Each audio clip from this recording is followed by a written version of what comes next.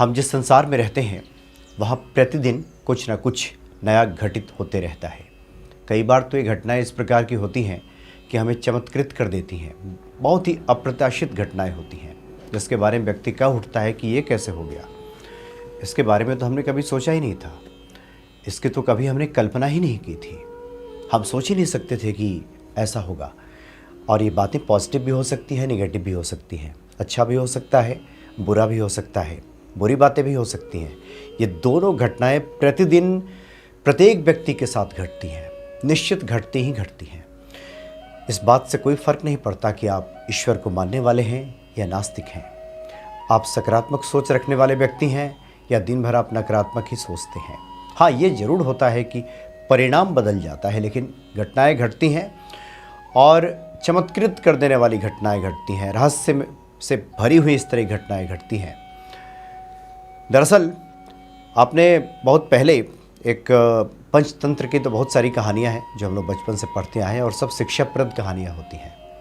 एक कहानी हम लोग पढ़ा करते थे और पहले तो 8वीं क्लास के सिलेबस में हुआ करता था, अलादीन का चिराग, जिसके बारे में था कि अलादीन नाम के एक व्यक्ति को चिराग मिल गया था और वो जब उसको घिसता था, उसे कहता था, तो वहाँ से एक जिन्न प्रकट होता था और उसकी सभी बातों को मान लेता था और पुनः वो गायब हो जाता था, उसी चिराग में प्रवेश कर जाता था और जब आवश्यकता पड़ती थी वो फिर चिराग से बाहर आता था वो जिन्न और कहता था कि अब क्या हुक्म है, तो जो हुक्म दिया जाए तो उस हुक्म को पूरा करता था। यानी उसका काम था हुक्म की तामील करना, हुक्म को पूरा करना, तर्क वितर्क नहीं करना कि आप ऐसा क्यों कह रहे हैं करने के लिए, ये तो आपके लिए ठीक नहीं है, वो वाला काम आप कराते तो ज़्यादा अच्छा होता। इस प्रकार का तर्क वितर्क वो जिन्न नहीं करता। इस तरह की कहानियाँ हमने पढ़ी हैं और ये सब जो कहानियाँ होती हैं वो सांकेतिक होती हैं, प्रतीकों में होती हैं। ये हमारे जीवन को शिक्षित करने के लिए होती हैं और इन्हीं रहस्यों को उजागर करती हैं कि क्यों किसी व्यक्ति के जीवन में नित्य चमत्कार घटित होता है। ये चमत्कार अच्छा भी हो सकता है और बुरा भी हो सकता है। अब कोई रास्ते से जा रहा हो, अचानक दुर्घटना का शिकार हो जाए तो ये तो बुरी बातें हैं, तो फिर कह बैठता है कि अरे ये कैसे हो गया, ये तो हमने सोचा ही नहीं था, या फिर हम तो बिल्कुल सही रास्ते जा रहे थे, ये अचानक कैसे हो गया। या जीवन में कुछ अच्छी घटनाएं जब घटती हैं उसके बारे में व्यक्ति अवाक रह जाता है कि ये कैसे घटित हुआ। दरअसल होता यह है कि कई बार जब हम बातचीत करते हैं, बहुत से भक्तों से जब बातचीत होती है तो सभी कहते हैं कि हम तो हनुमान चालीसा का पाठ करते हैं सुबह सुबह।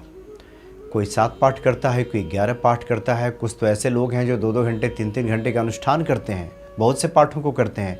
हनुमान जी के 2-3-4 पाठ कर जाते हैं। कुछ ऐसे भक्त भी मिले जो लगातार सुंदरकांड का पाठ करते हैं, प्रतिदिन करते हैं। उनकी स्पीड इतनी अच्छी हो गई है कि 45 मिनट 1 घंटे में पूरा सुंदरकांड का पाठ कर जाते हैं तेज़ गति से। और उसके बाद फिर वो कहते हैं कि जीवन में बहुत कठिनाई है।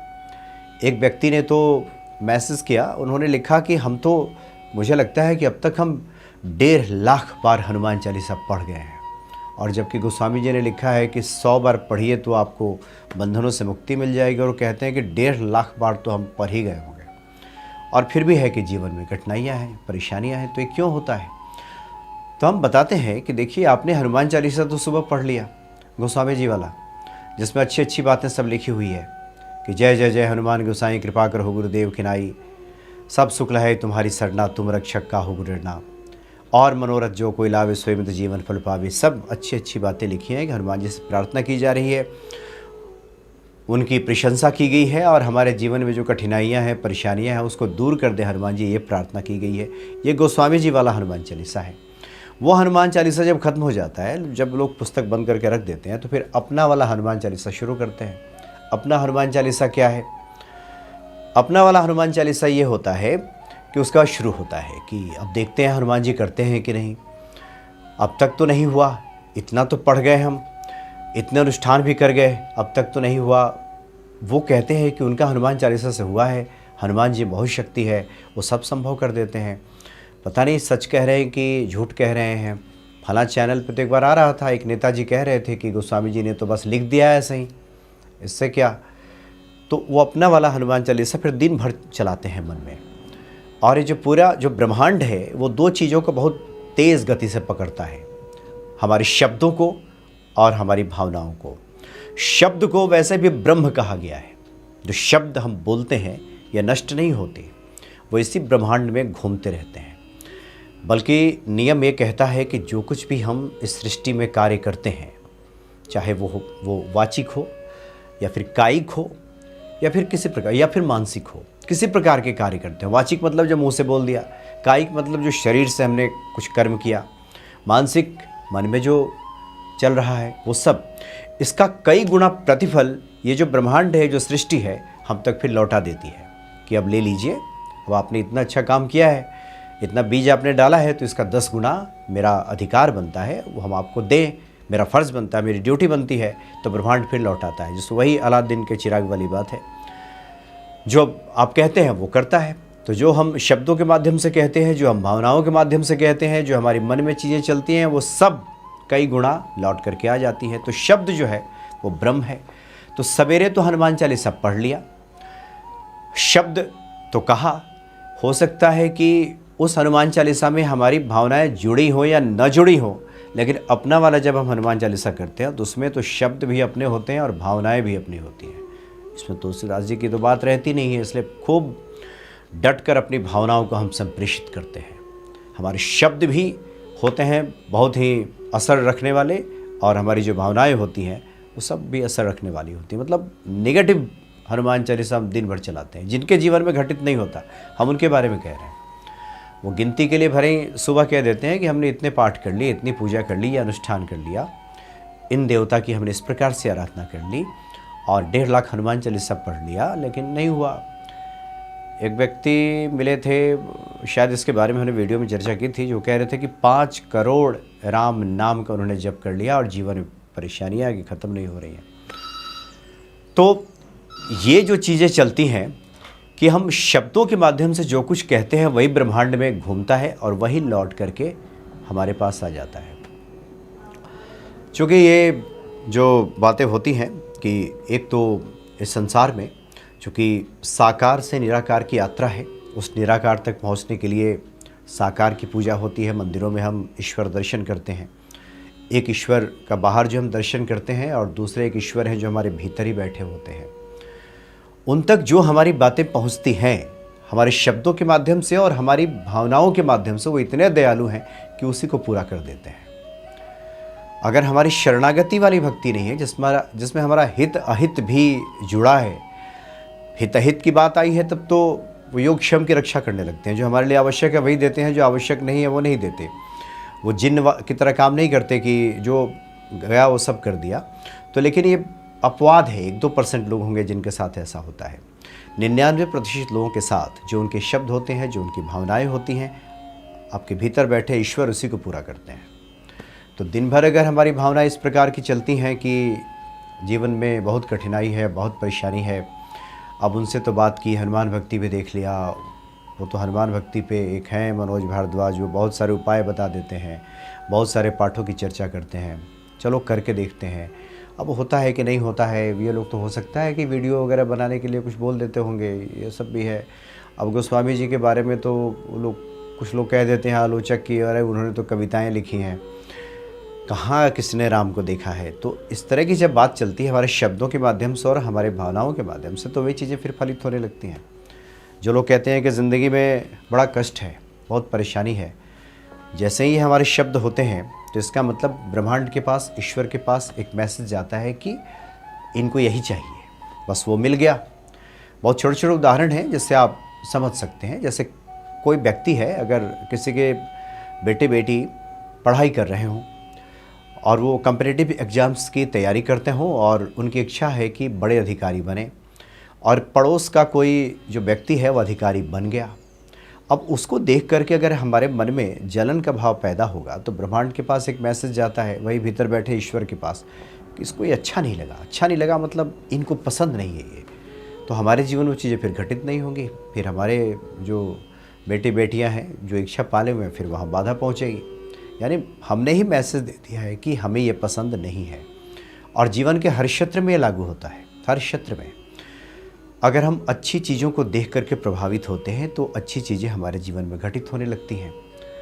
अगर 2 लोग कष्ट में हैं और उनके कष्ट को देख करके हम अगर आनंदित होना शुरू हो जाएं कि चलो अच्छा है, बहुत कष्ट में है, बड़ा आनंद, पहले मज़े में थे, बहुत किसी की सुनते समझते नहीं थे, चलो अच्छा हुआ, अब कष्ट में है, बीमार हैं या फिर उनके पास पैसे नहीं हैं, वो देख करके जब हम प्रसन्न होंगे तो इसका मतलब है कि एक सृष्टि के पास, उसी भीतर बैठे ईश्वर के पास, उस शक्ति के पास एक मैसेज गया है कि हमको वही पसंद है, आनंद आ रहा है, हमें मज़ा आ रहा है।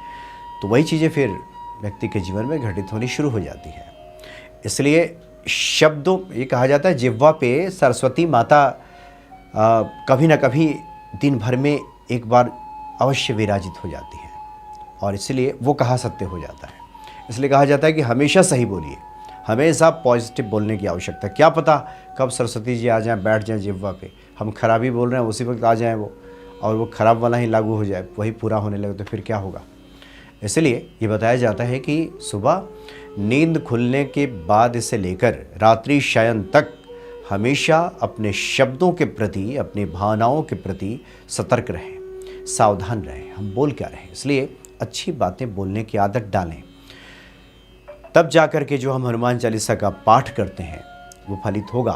नहीं तो हनुमान चालीसा तो किया आधा घंटा, 1 घंटा, और दिन भर अपना वाला जो हम हनुमान चालीसा चला रहे हैं वो 24 घंटे चला रहे हैं कि दिक्कत है, परेशानी है, हनुमान जी तो सुनते नहीं हैं, हमने तो इतने पाठ कर लिए, लोग कहते तो हैं, फला संत तो कह रहे थे कि संसार में तो दुख है, ये दुखालय है, लोग दुख भोगने के लिए आते हैं। तो यही सब जब चलता रहेगा, इसी में व्यक्ति जब उलझा रहेगा, तो वही चीज़ें फिर आपके जीवन में आनी शुरू हो जाती हैं। ईश्वर तो इतने दयालु हैं कि जो बातें उन तक पहुंचा दी जाती हैं उसको पूरा कर देते हैं।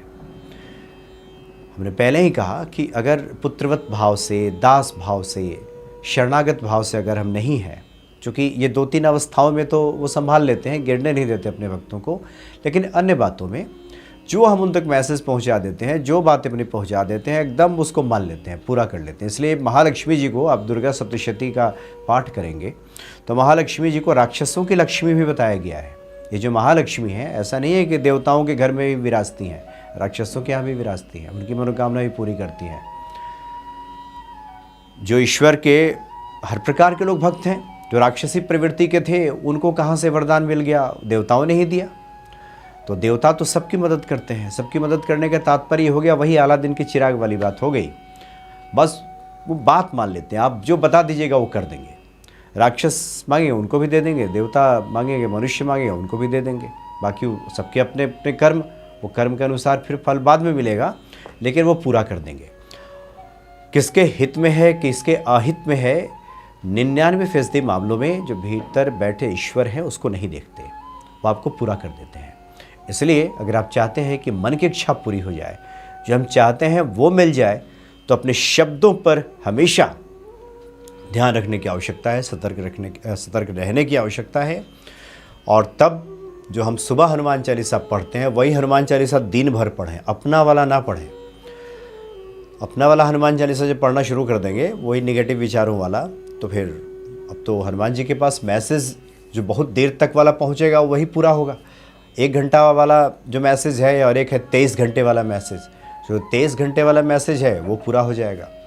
क्योंकि वो पहले वाला जो 1 घंटे वाला है वो तो गोस्वामी जी ने लिखा है, उनकी भावनाएं उससे ज़्यादा जुड़ी हुई हैं, हमारी भावनाएं उससे जुड़ नहीं पाई हैं, शब्द हमने कह दिए हैं। और अपने वाला जब हम करना शुरू करते हैं उसमें खूब शब्द भी हमारे होते हैं, भावनाएं भी हमारी होती हैं, खूब उसको डट के कहते हैं एकदम गहराई से कि नहीं होता, तो फिर नहीं होता। इसलिए बहुत सतर्क रहने की आवश्यकता है। ईश्वर हर क्षण चमत्कार कर रहे हैं। अब हमारे ऊपर है कि अपने जीवन में हम किस प्रकार के चमत्कार ईश्वर कृपा से घटित कराना चाहते हैं। जय सिया राम।